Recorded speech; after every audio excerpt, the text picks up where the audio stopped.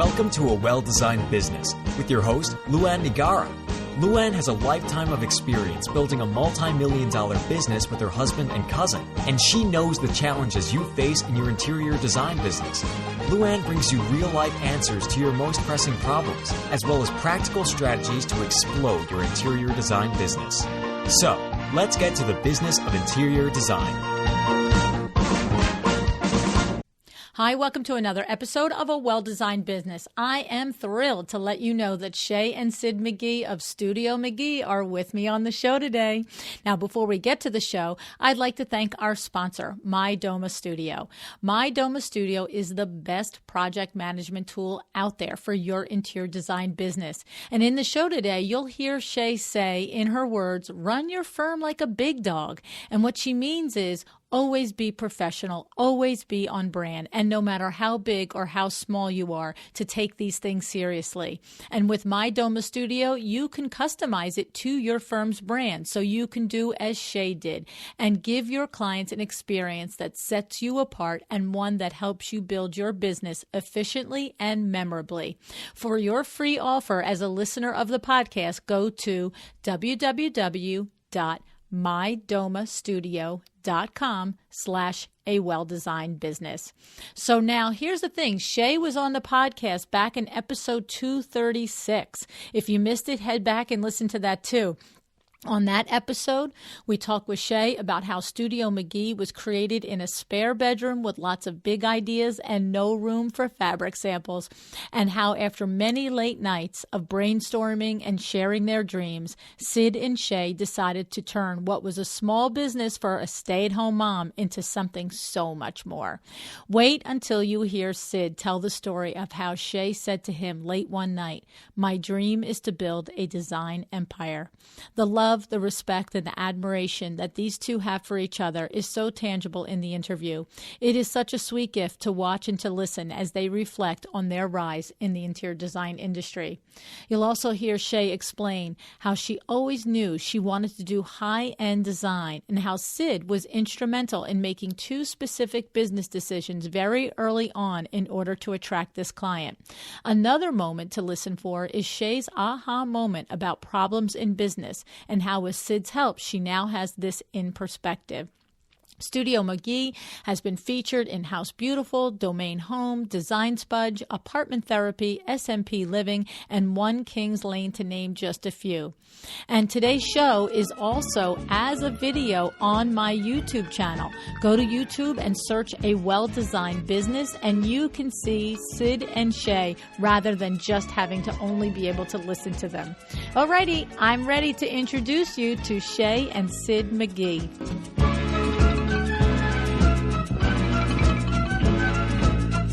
Hey, everybody. I am so happy and delighted to welcome you to another episode of A Well-Designed Business. And I have the most amazing surprise for all of you that I have Shea McGee back on the show. And this time we have Syd, her husband, with us today. Hi, Shea. Hi, Syd. How are you guys? Hi, we're great. Hi. Here's what we're going to do. We are going to talk about, when Shea was on the show a month or so ago, we talked about how you guys picked up and moved to Utah and started this business. And we talked about your schedule, about how you juggle all of the responsibilities of the business and your children and yourselves together as a couple and how you keep that all together. And but we really didn't get into in great detail, you know, how you built the empire, like how it happened step by step and really in a remarkable amount of time. And so I look at it this way. I look at it like, you know, Shea already explained to all of us how Syd is the operations guy. He's the guy, the Oz behind the curtain, right? And that she's able to do her terrific interior design and meet with the clients and really bring all of her talents to the table. Because Syd is behind the table, behind the curtain, bringing his talents. And so when I was getting ready for the interview, I thought about it like this. I said, okay, so here's Syd McGee. Like he's got to be pretty much a genius, number one. And number two, he's looking at his wife and he's going, uber talented, insanely adorable. I've got something on my hands here. So tell us, when you guys made the decision to move to Utah, Syd, what was going on in your mind? We heard from Shea how she was excited to start a business and she knew that she had come back to design and was what she wanted to do.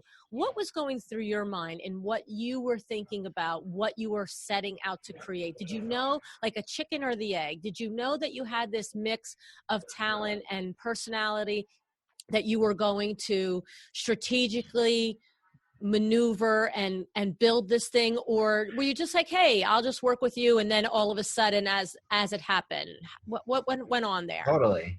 Yeah, I mean, I would love to say that it's this pure genius and I knew strategically it would always work, but I think it was much more natural, kind of messy and organic. Shea had a business she was starting to work and do her own interior design business, as I had recently left a business and was trying to start up my own thing that was actually not really working. And so she was supplementing our income through her design services. And she was like, it's going really great. I'm really busy. I could use some help. And I was actually reluctant to like join up with her at first. I was like, babe, I don't know. I mean, we've always had a great working relationship, but give me another month. So another month goes by, and we're kind of still in the similar situation. And she says, look, I'm so busy. Just come help me. I think we have something going on here that would at least work for us, right? So I jump in, and that was awesome. I mean, we've always worked together. We've had a good relationship together. And we got into it, and we actually didn't know. We had a discussion about product and about services. And Shea had expressed early on that she wanted to create her own textiles, and maybe that was the way that we could be successful. She's seen some people do very well that way. And we were talking, and we were living in Southern California, and we loved it. And I grew up there, and she knew as a Southern California boy, like most of the time, like Southern California guys, like they don't leave. You stay there. Don't. You're there. If you go to college, you still come back and you stay in California. Like, it's kind of the promised land. And so one day I woke up and I said, I think we should move to Utah. Our parents had recently moved there, and we started doing more projects there. And she was so surprised and said, I agree. Like, I think we should, let's go do it. If we're going to really try this business thing together, we should go to a place where we can make money that we would get from our home go as far as we can, give us the best chance possible to make this successful. So we moved, we sold the house, and we went for it. And I think there was a lot of great stuff that Shea had. I mean, you couldn't do what we've done without her talent, without her personality, right. And her resistance and her hard work is unbelievable. It's really something I haven't really seen from someone that grasps business concepts and is so creative. It's a rare mix that I don't really see often in a person, and she really gets it. So, I mean, that was kind of the start to everything. That's awesome. I loved. How do you feel hearing that, Shea? I remember I'm sure you've heard it say before, but it's like totally like giving you total props there, right? Yes. No, I mean, and Syd's going to do that all day long, and you'll have to actually you'll have to force him to talk about himself, because he's always going to do that. And so maybe we're going to have to do the thing where we have to tell about what each other's roles are, because that's the easier way to do it. But I was busy, but like just hiring one person sounded very scary and overwhelming to me. And just doing like things that I didn't look at things in my business and say like, how can I make this more efficient? I looked at it and said like, this is how you do something. Like, this is how you make a purchase order. This is how you put together this. And Syd looked at things and he said, this is crap. Like, why does it take so long to do a purchase order? Why does it take so long? Like, why are we having to fax these companies? And I'm like, because they told us we had to. And he would look at things from an outside perspective of someone that's never worked in interior design and someone who was working in a more tech-based industry, and looked at this backwards interior design industry, which is very dated, and said, this is ridiculous. We have got to figure out how to make this more efficient. Let's hire some people. And he just like did it, and kind of like, it just made me kind of say like, oh, okay, like I guess we're just going to figure this out. We're just going to figure this out. But him coming from an outside perspective and doing that, I think like that's where his smarts has that has helped us tremendously, because he's coming from a very different world and very different perspective. And I think that that's been evident in Studio McGee, is unlike anything that was out there in the interior design industry. And I think that sure, my creative talents have set the tone for the brand, but it's his like lack of patience for doing things in a dated way that has pushed us.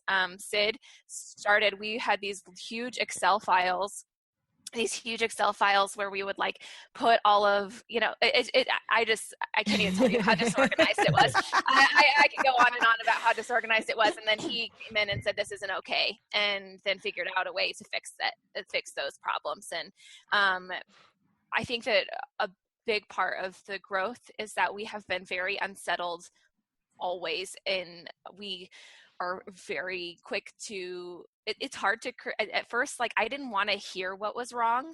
I didn't want to hear what was wrong.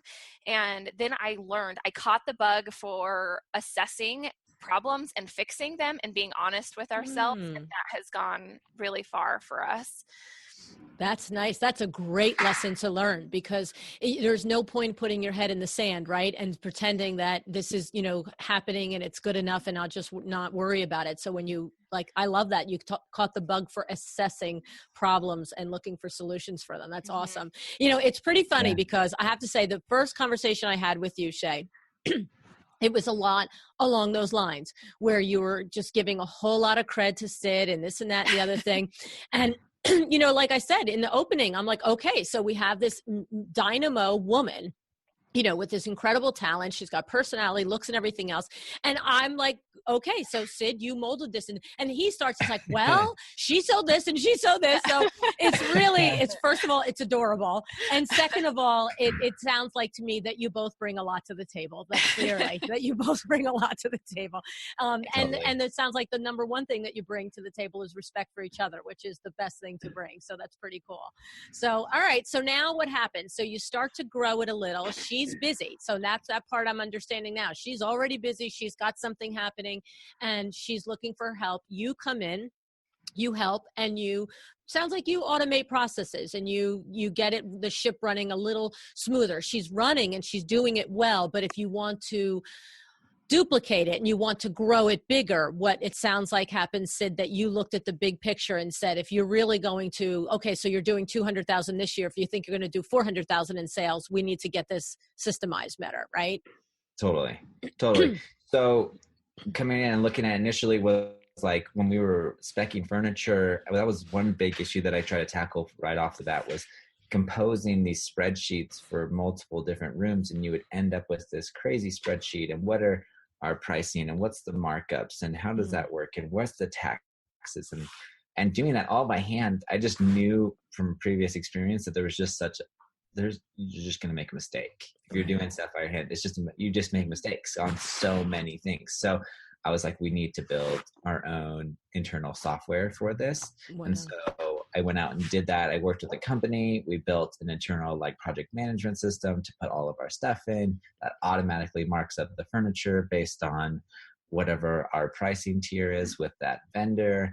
And then it adds tax if it's going to a state that we add tax for. So wow.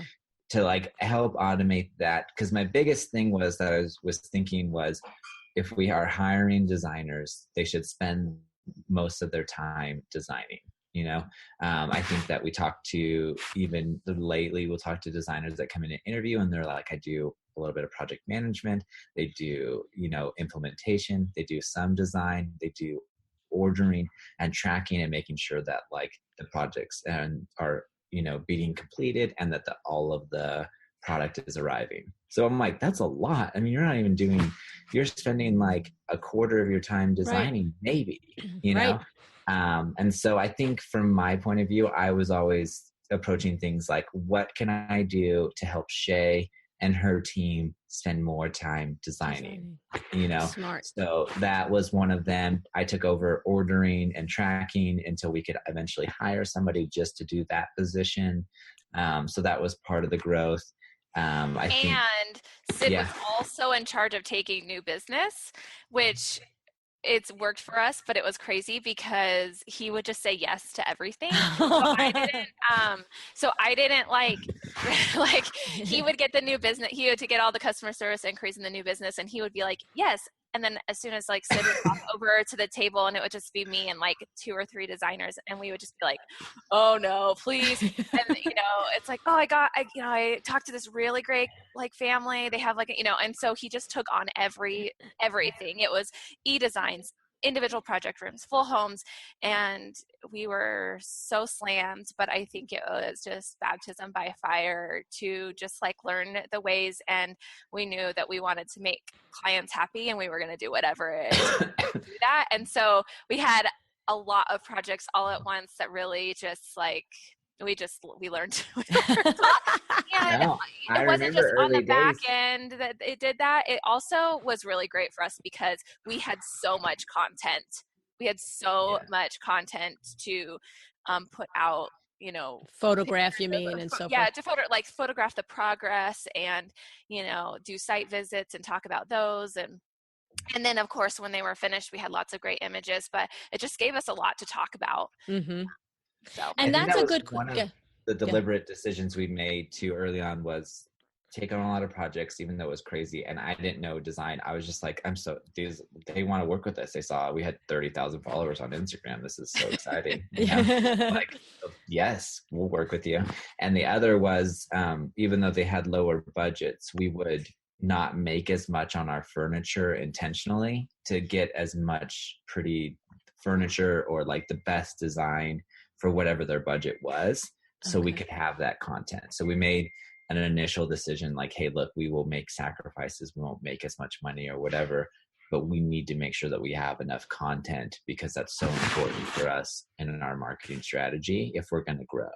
Okay. And then we will change that later. We will make later, but right now we got to grow. So in the beginning, you were operating on lower margins is what you're saying. For a conscious decision. So now there's a little rub in there because somebody listening that thinks, oh, okay, so maybe I should do that too, operate on lower margins. But if you don't make the transition to where you eventually put your margins back into a healthy spot, then you just end up really doing design for many years and not making money. So there's two questions in there that I have. The first is that you were saying, Shea, how, there was a lot of content in there, and that was the positive of having all of this work. Where was it was it just because the Instagram thing had already started and the social media phase, craze had already started, that did you just instinctively know that you should be documenting the behind the scenes and the progress in order to build that relationship with the followers and now the eventual hundreds of thousands of followers? Or was it that you just did you understand it was a thing to do, or did you just instinctively say, hey, let's tell them about the back end, let's tell them about the project? How's that work for you? When I started and it was just me and I got on Instagram and I had like 10 followers, it was just kind of a test. It's just testing, right? So I knew that my background is PR, right. And I knew that people. So I knew how to kind of assess like the response from people, and I knew that I needed to post every single day. And so, like we had talked about in our last podcast, like I knew I had to get that post every day somehow. So. And I knew it needed to be a pretty photo. So I had to figure out how to stretch the content. And that consistency is what has paid off. Consistency and a high quality of photo has paid off. And we saw that. I mean, we knew that from the very beginning. But maybe it's because I'm like really particular about the visuals. And I have been that way since the beginning. And so we knew that. We knew that very early on. But it was something that we both understood. I mean, it was a discussion that Shea and I would have constantly back and forth.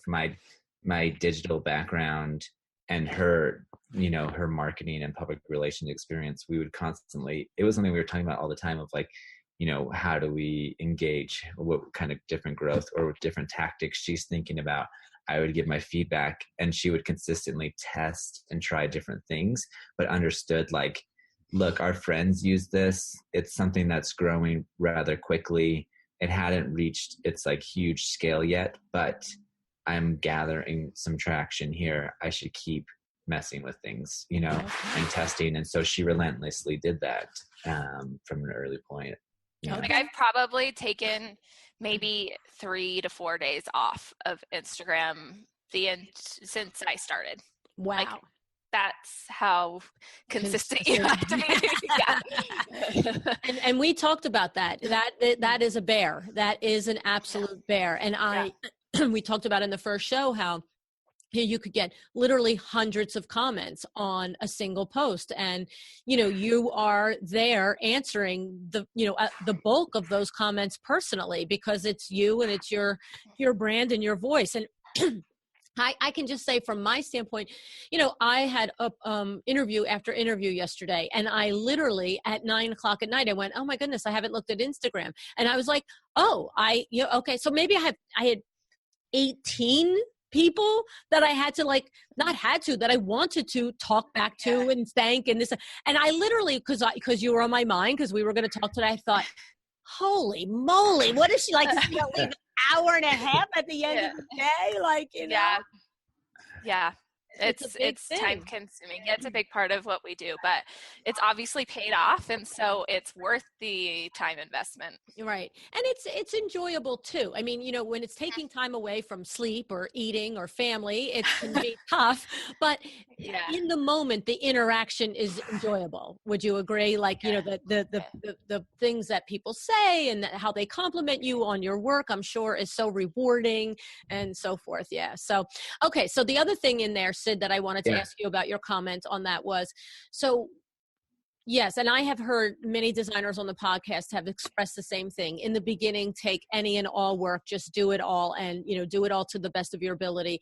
And you are also expressing that you consciously knew that you were working at a lower margin in order to build the business. So my question is if you're talking to a colleague out there, what's your advice on the signs to look for, or the ways to know when you start to go back to a healthy profit margin, inch it back up? Because you won't sustain a business, right, Shea? I mean, totally. They tell them you won't sustain a business if you stay at low profit margins. I need you to tell all your people.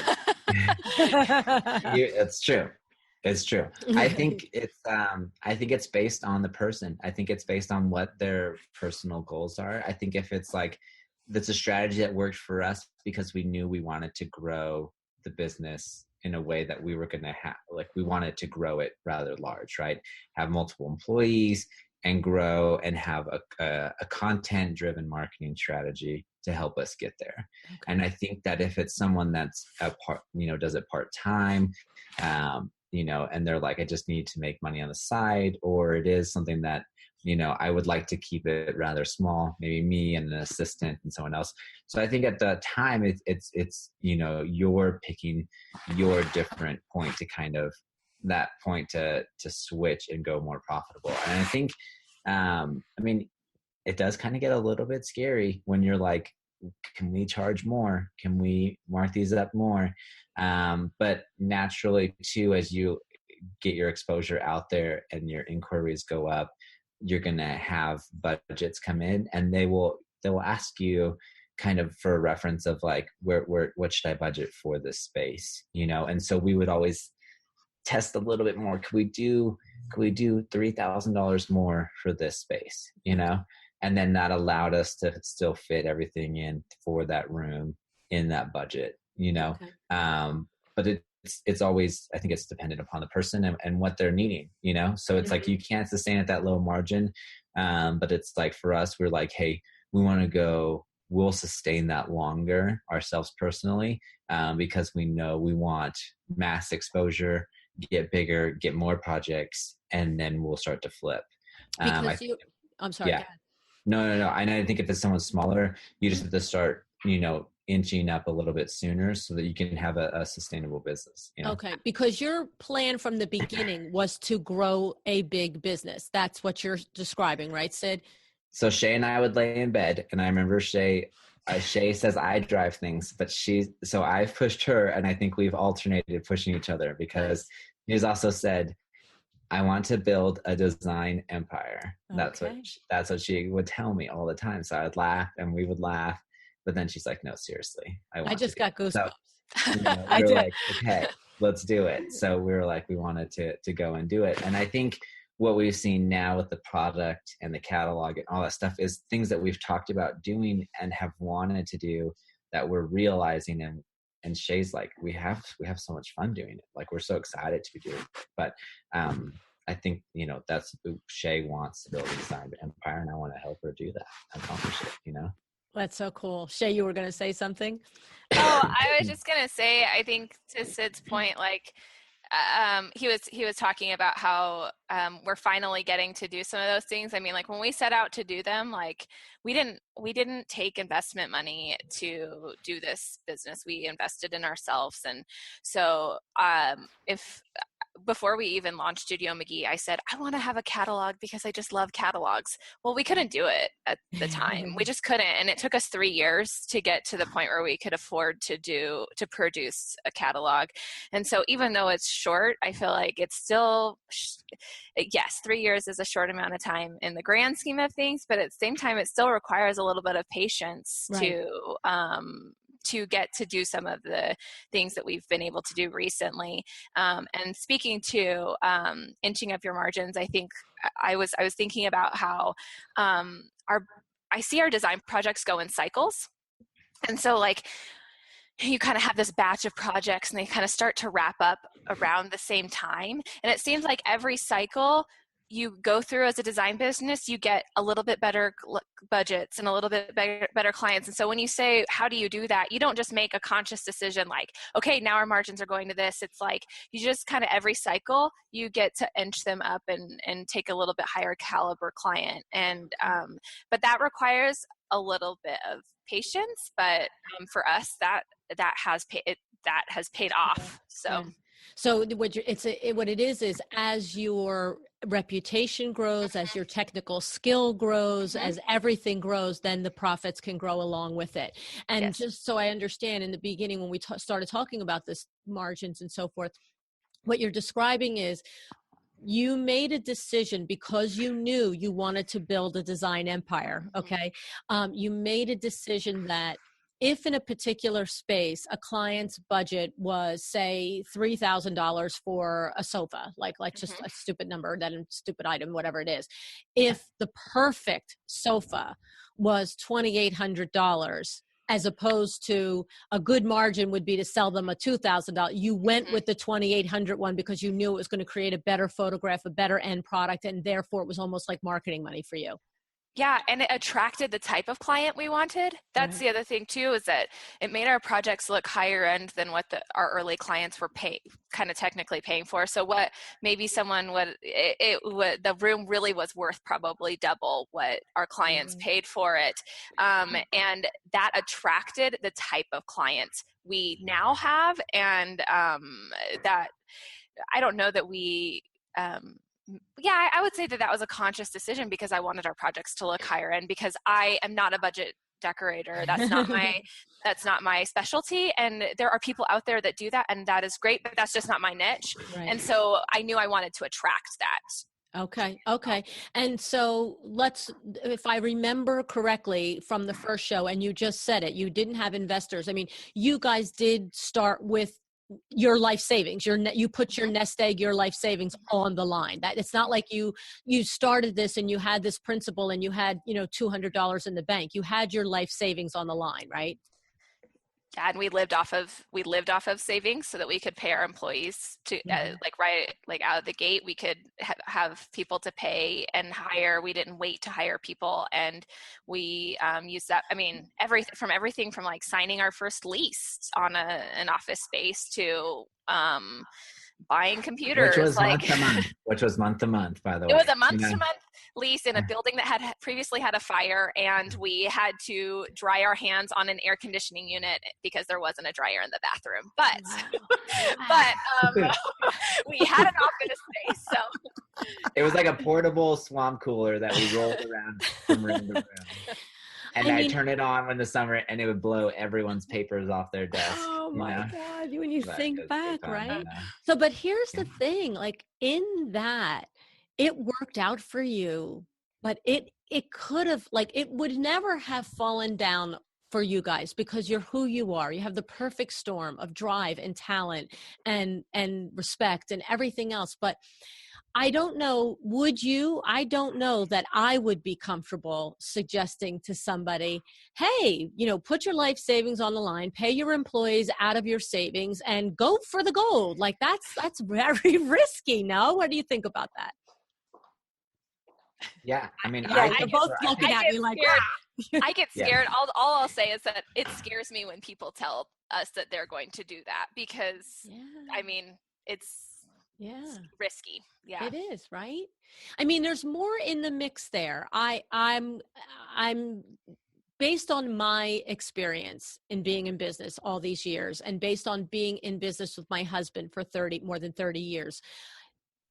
It's not just knowing the pieces, how to move. It's being prepared together as a unit for riding out this roller coaster. Would you agree with that? Yes, Syd. Yeah, I mean, I agree completely. I think it was a decision that we made, and it was kind of the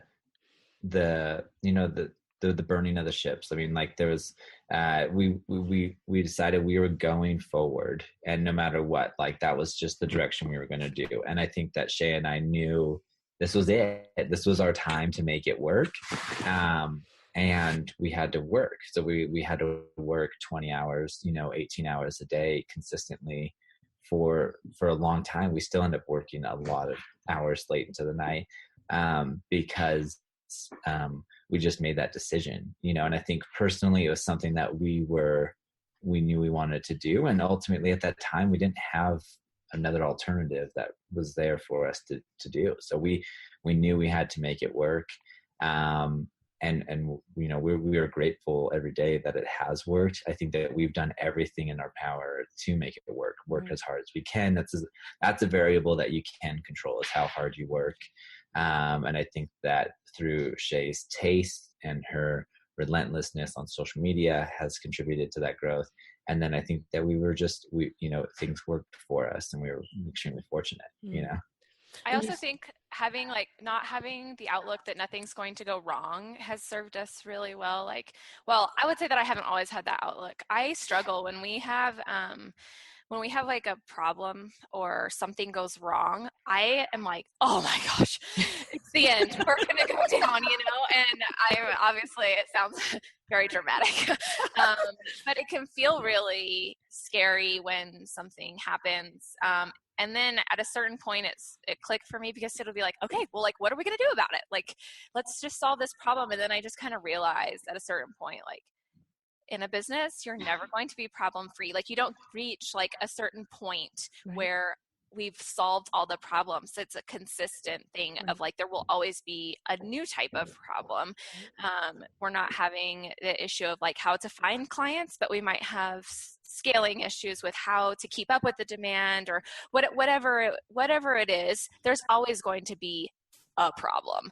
And if you have the outlook of like, there's always going to be problems and I'm just going to have the mindset that I'm going to fix them, then you kind of, that's how you get out of those trenches and alive. I agree. I say it all the time on the show. If you think you're not going to have a problem today or you're not going to make a mistake today, stay in bed. You know what I mean? Like, just don't come, because that's going to throw you off your game. I mean, yeah, I agree. And I think you have that outlook, and it really does. And I think too, what I'm hearing in here is that it's a decision that you made together. And so maybe one day one might have been struggling more with the decision and the other one's like, okay, we got this, and maybe vice versa. Right? Totally. Yeah. Yeah. And so a designer listening that feels that they have what it takes, that they have the same drive and they have the talent and they want to create a design empire as well. It sounds like to me, you tell me if you agree, that one of the other things that they have to look to is what and how is their support system. So if they are in a relationship and that other person isn't in the business, you know, think about if you weren't in business together and one of you was doing this, if Shea was doing it without you and she was saying to you, I have to do 18-hour days in the beginning, I have to do this, you know, you might be sitting there going, you're ridiculous. It doesn't take that. Like, you just don't want to turn it off, right? Like, that's a legit thing that a designer has to look in the mirror to create what you've created. Because I've talked to Amber Lewis too. It doesn't just happen by magic, right? Right. Yeah. Yeah, You need totally. the support. You have to have the same vision together, right? Yeah, I think that what I've seen over the last little bit too, as we've worked together, our roles have not been like, in business they're very separated, and I think in home life we just cover each other as much as needed. So I think that it's like, if I'm, you know, if I'm home with the kids and I'm going to hang out with them so Shay can go do an install, like, that's fine. Like, we'll play and we'll have fun, and Shay goes and does that. Or, you know, if I have meetings or I need to travel, like, and then she stays home and changes her schedule, like, we've just committed to each other that this is our life, this is how it is, and we're gonna enjoy it. Yeah, we're gonna enjoy the craziness and embrace it and support each other and fully what they do. I mean, she understands when I have important business meetings that can't be missed, I need to go to, and she supports that, and I understand how valuable and important it is for her to go to the installs and do the webisodes and be the face of the business. But I think so even I support that, you know, like, even if we weren't married, and I was just doing this, or you're a designer that was doing this alone, I think just having like some sort of support of like a cheerleader. You got to have a cheerleader somewhere, because running a business can be it can be very tiring and grueling, and it can also be a little lonely sometimes. And so it's nice to have a support somewhere in or out of the business. It's not as pretty all the time as it looks on Instagram, right? So let's talk a little bit about getting into the webisodes. I mean, you have over 44,000 followers on YouTube and videos with 33,000 views. And so was that part of your original design empire plan, Shay, or did you guys develop the idea and the concept to do that together? How did you, because look, we all talk about doing video. Every other podcast, somebody tells me, and some other designer shares how they're doing video. But again, you didn't just say, okay, we'll just put a YouTube out once in a while. Like, you literally created a TV show of your business and did it. It's a professional. I mean, it looks like a professional production, is it? Yeah. Yeah. I mean, professional is probably a relative term, because I mean, I'm sure if like a cable network saw, you know, how we were running it, they'd be like, oh, you need like 10 more camera people or something. But I mean, we have a plan. We have a plan, and we schedule it out, and but I think I don't know. Syd and I are like always coming up with like random ideas, and some of them stick. And early on we had said like, oh, maybe we should like document things through video, and we didn't do it. And then at a certain point we were like, okay, video is like, it's not going away. We've got to figure out a way to do this. And so, you know, but when I say things are ever evolving, they really are. So we thought we would do this webisode series where we would have clients that were specifically for the webisodes. And that ended up not being the way it worked. Ideal. Like, it wasn't ideal, just because like we thought we would be able to have these projects go a lot quicker to have the turnaround for videos, and they're just not happening as quickly as we needed them to. So we're like, well, maybe we'll just, our next iteration of the webisode is going to be us documenting the process of the build of our home. So instead of every single episode being like a before and after reveal, it's going to be documenting the progress of our home. So we've taken a quick little, hiatus, and now we're going to kind of experiment with this. And that's what I love about social media, is that it's very fluid, and just change it up. Change it up. Yeah.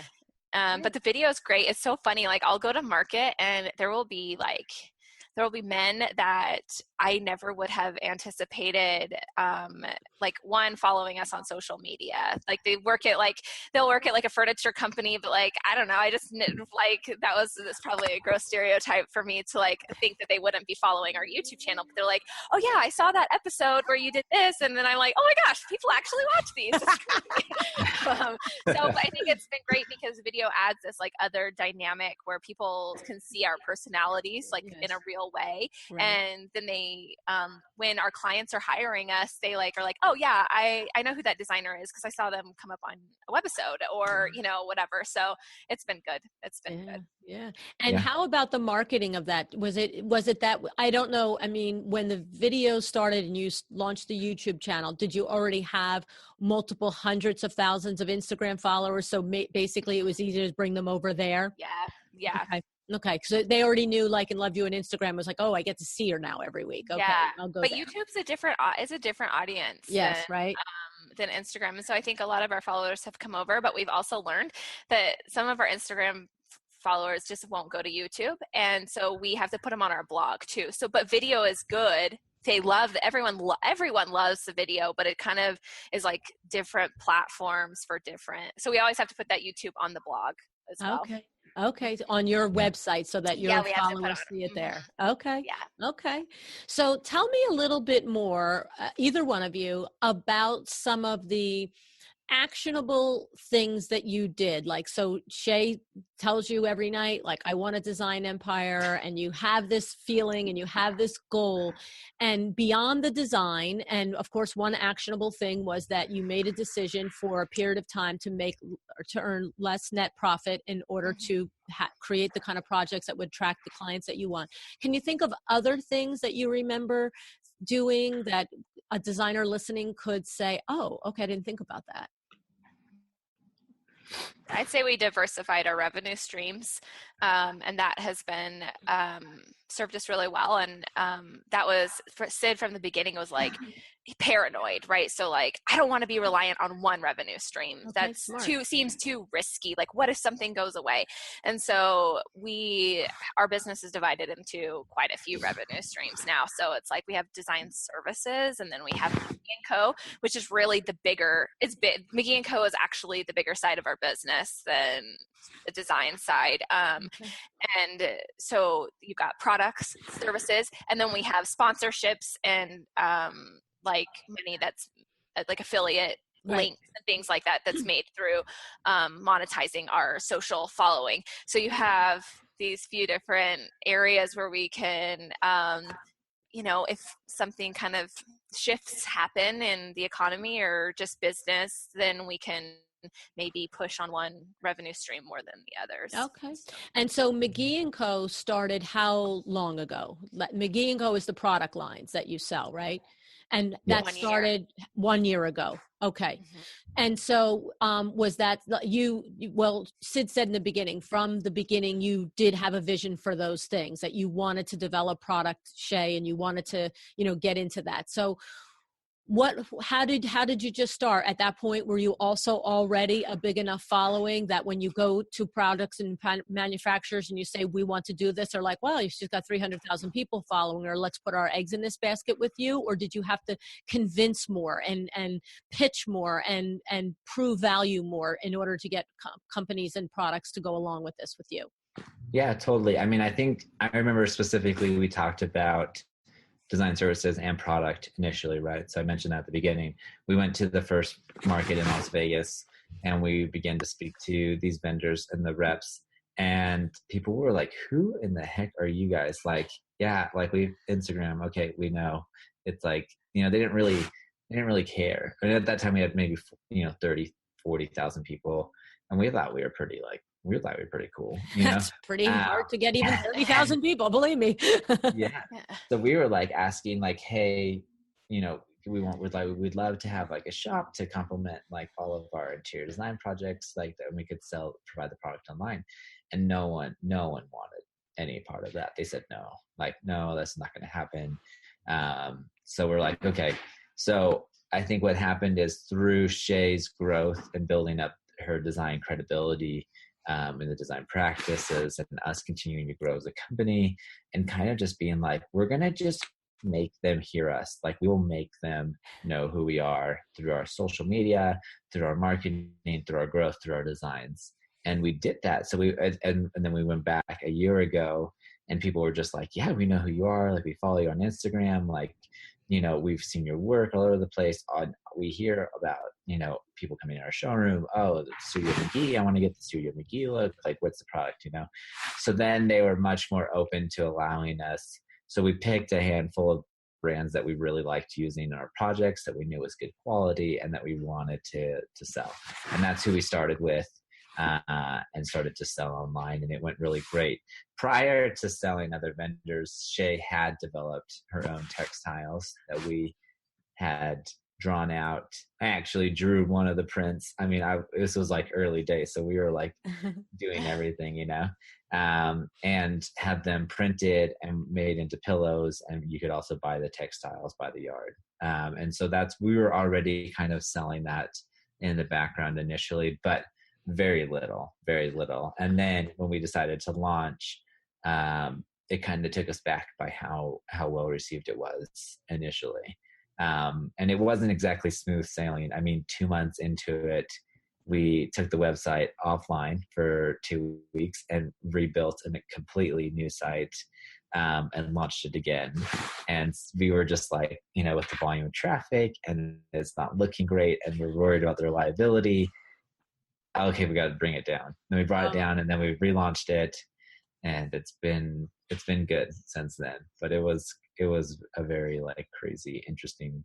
We thought we could fulfill everything from our basement. Like, we thought we would just be able to like have some racks in the basement, and that we would be able to like have our accessories and things down there and have someone ship them out.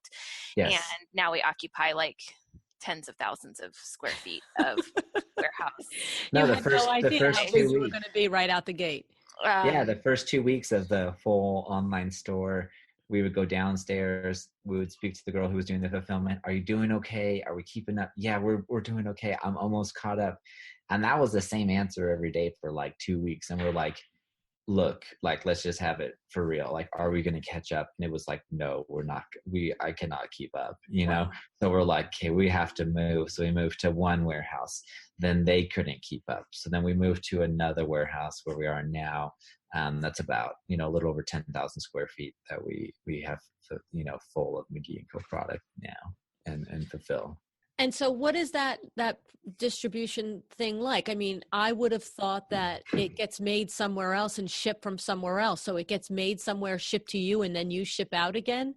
Yeah, it's kind of honestly, it depends on the product, and it's kind of all over the place, but as much stuff that we can send out ourselves so we can get the true McGee & Co experience, give the McGee & Co packaging experience, love pretty packaging and things like that, we do. Okay.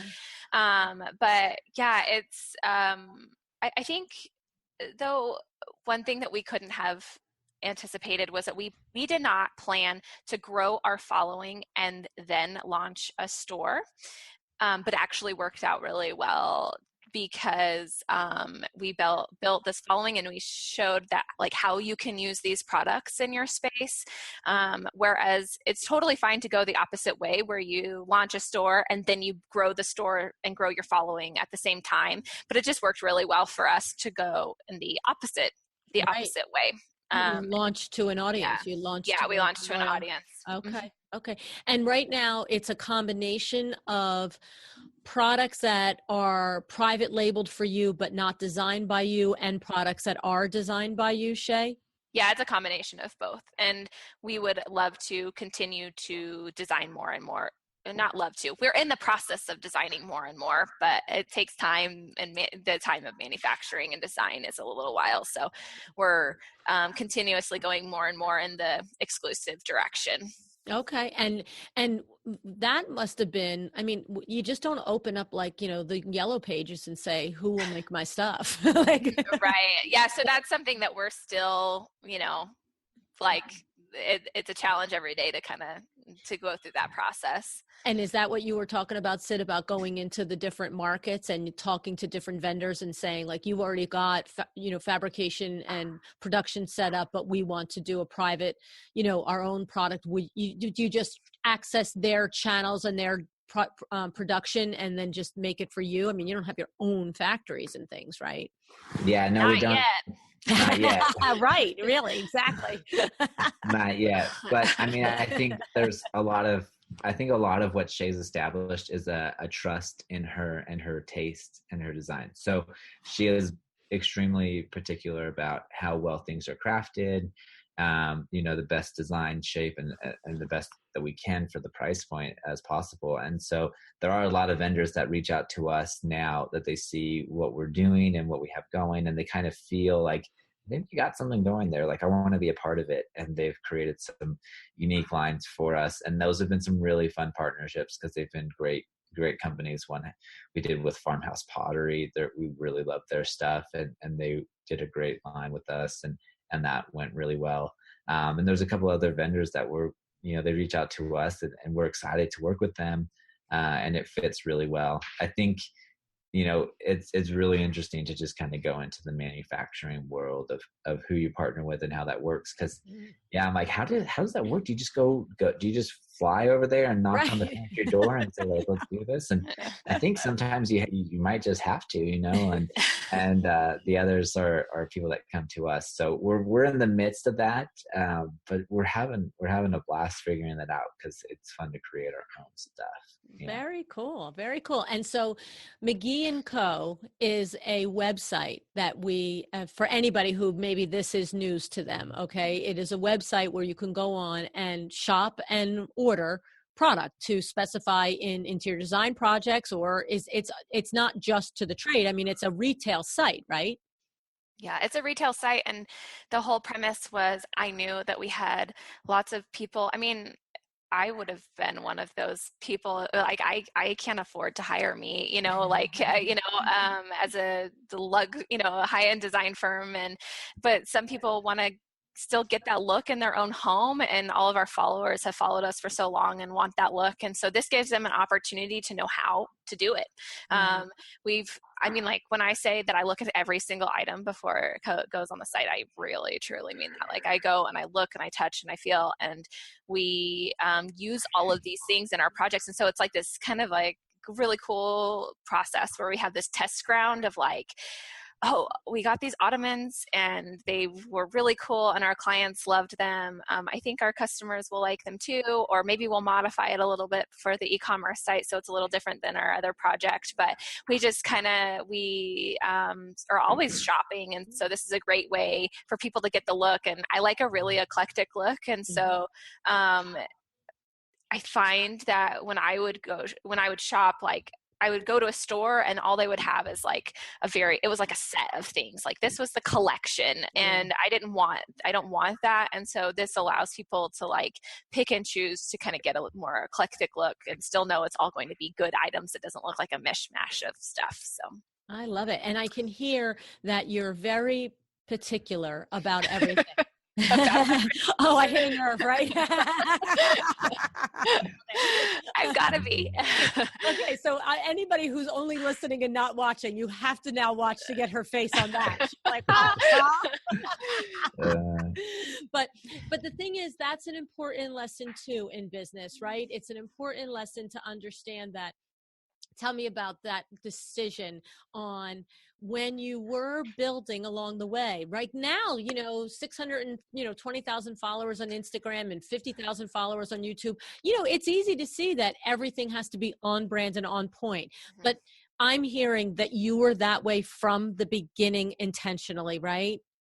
Yeah, I mean, I am particular. And I have my specific tastes, but I've also learned in doing this that because I am that way and that served our brand really well, we have to pick and choose where we're going to focus that energy and attention. And so I love design so much, and I can't be one of those design firms that has 100 employees. because I like to be a part of every project and I like to be a part of all the selections.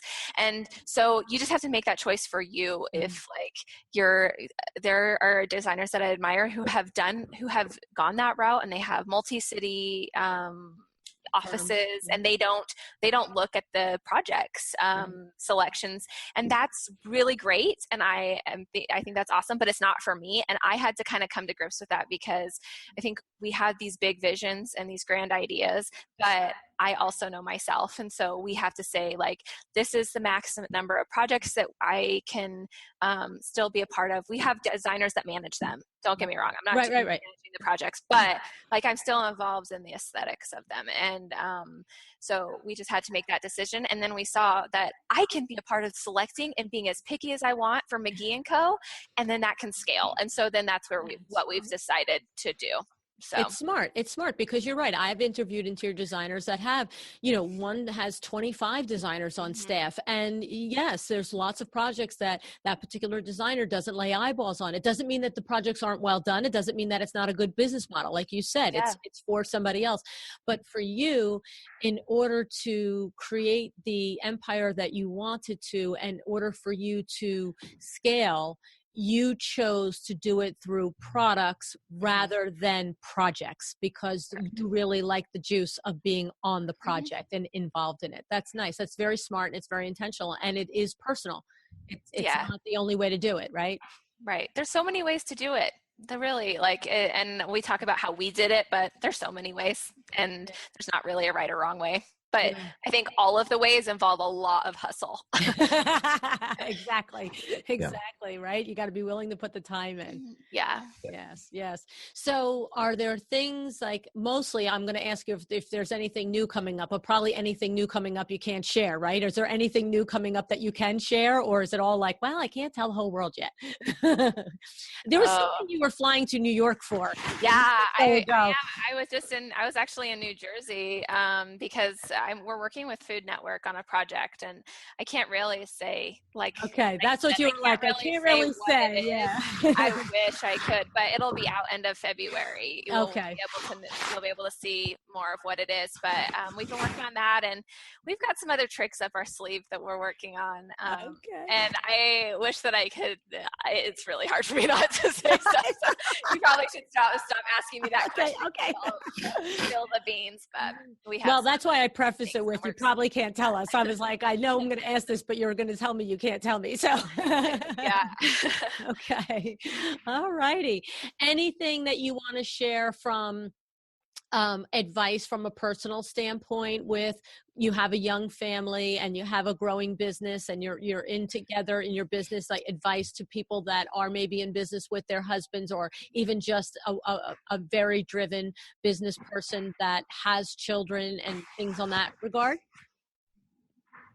I think you can do both. I think that there are some times where I'll be very honest, like it will bring me to my knees. It is so overwhelming. It is really, especially because I want to do everything really well. I want to be a really good mom, and I want to be a really good entrepreneur. And in order to do both, it's really demanding, but it can be done. I think that that's the other thing, though, is like, yes, it's demanding, but it can be done. And but I think it takes maybe a non-traditional approach.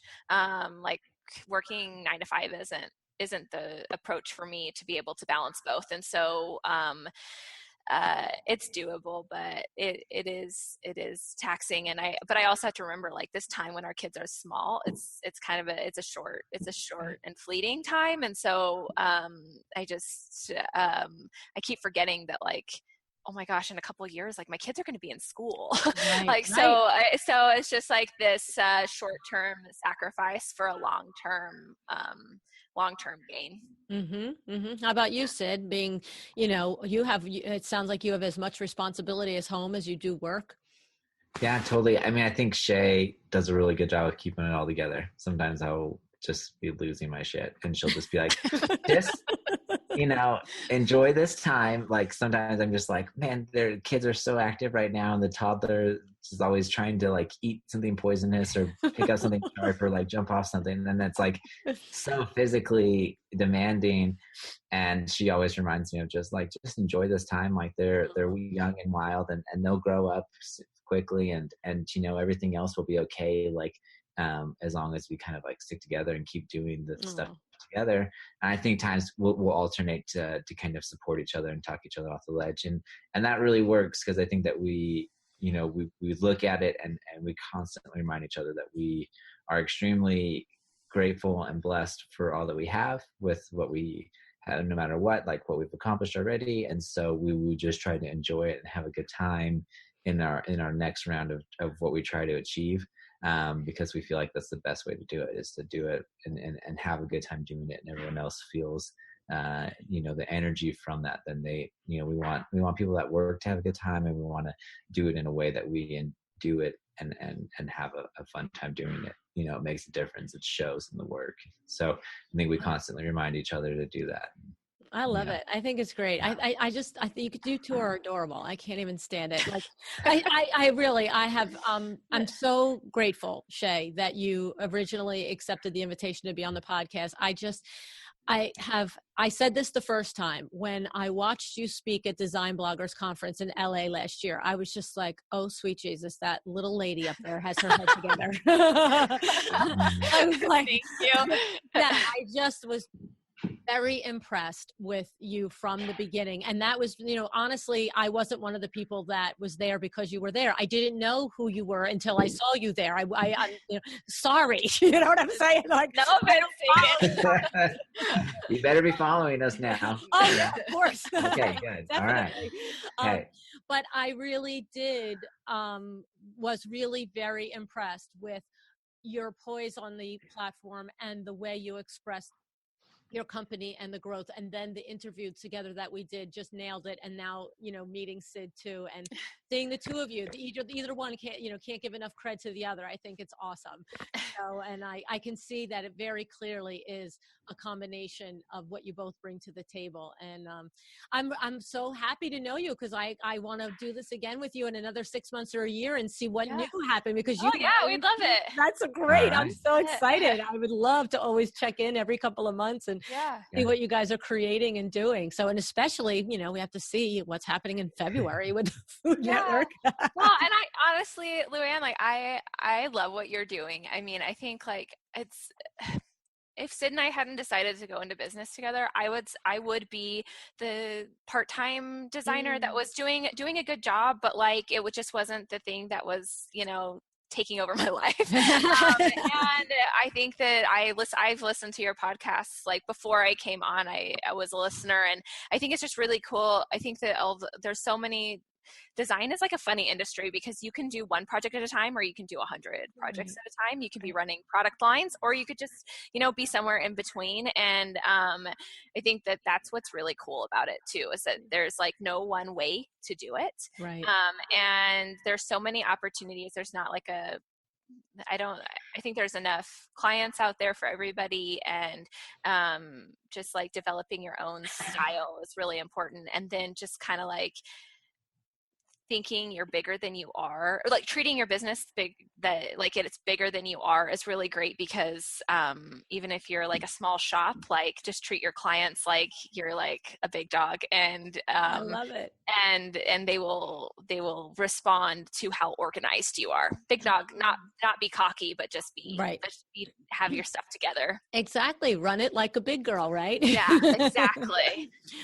Awesome. I love it. I think it's just amazing. I'm so grateful that you both shared your time with me today. I know how insanely busy you both are. And so I just want to say, of course, I'm sure everybody knows, but we have studio-mcgee.com is your website, where you've got your 7 Tips Sunday feature that comes out, 7 things on Sunday. And then you have your webisodes are there. But then we also have McGee & Co. And it's the word and, A-N-D spelled out, where anybody can purchase anything to try and get a little slice of Studio McGee in their home, right? Yeah. I love it. Thank you. Thank you so much, guys, for coming on the show. Thanks, Have Liv. a great holiday season, okay? Thanks, Yeah, you too. you too.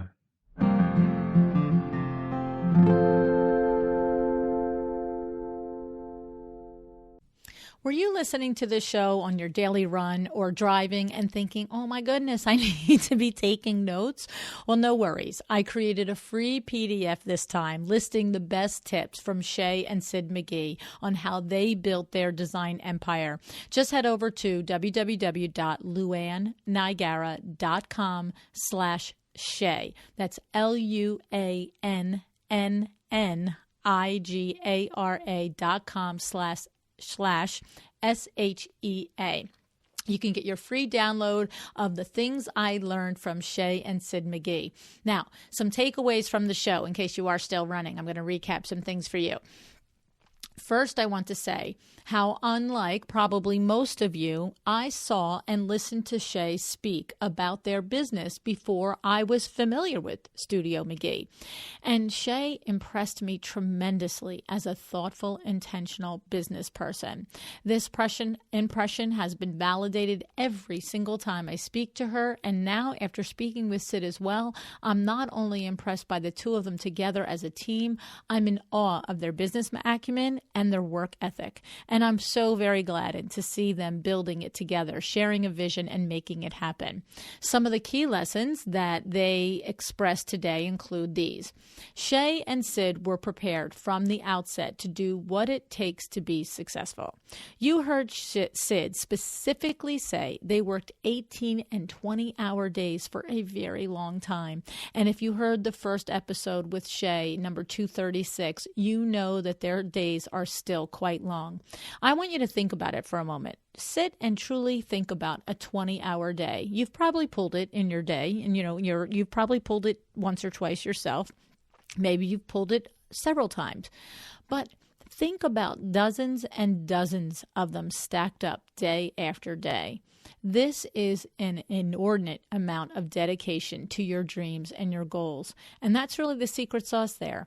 To create what they have created in any amount of time, but particularly in only 3 years, requires this Herculean level of persistence, work, drive, and teamwork. And, this teamwork for them happens both at work and at home, as you heard them discuss. So high five to them for their example and for their inspiration to all of us. I liked that Shea consistently sends the message to all of us that this is what she wanted, that this was her vision for the firm, that it isn't for everybody, and she says it doesn't have to be for you too. Of course, she understands they are fully capable of scaling their firm and taking on many more projects at one time if she were to hire more designers to work under their brand, but more independent of her. But Shea is clear, she doesn't want that. She loves being part of the design, so she intentionally keeps the projects to a number where she can be physically involved in them. And again, smart lady. She figured out that the way for them to scale their business is the way that's right for her. She described it with McGee & Co. She can be hands-on, she can be picky, like she said, she can be creative, and they can scale that, and she never has to give up being involved in every part of the creative aspect of McGee & Co. So what it is the message there is that it's so valuable to know what your why is. Why are you doing what you're doing, and what do you want from it? Shea said, a desire to have more projects, to hire more designers under her to execute them is not a bad business model. It's not a wrong business model. It's just not what she wants for her. So be clear on what you want. Clarity is the very first step in achieving your dreams and creating your success. I can tell you this, when she and Syd put in 20-hour days, it's not just for the sake of work. No, they are focused, they are intentional, and their work supports and attracts their why and their goals. I just love it. So if you need help getting clarity on your why and your goals for your firm and some help on a plan on how to achieve that, I'm here to help you. I'm doing one-on-one business coaching, and I'm forming masterminds that are starting the beginning of January 2018. There are several designers already signed up. Space is limited to 8 designers per mastermind group. If you'd like to work with myself and 7 of your peers and get real-time help in organizing your firm, your marketing, your goals, and your why, email me at info@luannigara.com. Masterminds are right for you if you are feeling a bit all over the place, maybe a bit unsure of how to get to the next level, and also if you're feeling a bit isolated in your efforts to build your business. I promise you, you will come away with clarity. You will come away with to-do lists. You will come away with business skills, and you will also come away with a group of friends who just might end up being your friends for life. So I'd like to thank our show sponsor, Cravat Inc. Keep in mind, if you use a Cravat product, any product in any one of your projects, you could use rugs, fabric, lighting, accessories, anything. When you post it on Instagram, use the hashtag InstaCravat and tag both me, Luann Nigara, I'm Luann Nigara on Instagram, and Cravat Inc. Cravat randomly reposts pictures of people who use the hashtag of InstaCravat. The last time I checked, they had more than 34,000 followers. So, kind of a little fun thing to do. Alrighty, so please follow me on Instagram. I am at Luann Nigara. You can also follow my business, my other business. The podcast is The Side Hustle, Window Works. That's on Instagram as well. On Facebook, I am at Luann Nigara, a well-designed business. Okay. So, and that's it. All righty. So connect with me. I'd love to hear your reactions to the show. Of course, Syd and Shea have said that they will come back again. I'm so excited. And we'll see what that little surprise is that they're cooking up that they can't let us know until February. So, subscribe to the show in iTunes or Stitcher or SoundCloud, wherever you do that. And this way, when they're back, you will be the first to know because it'll pop right up on your phone. Alrighty, guys, thank you so much for joining me today. Have an excellent day.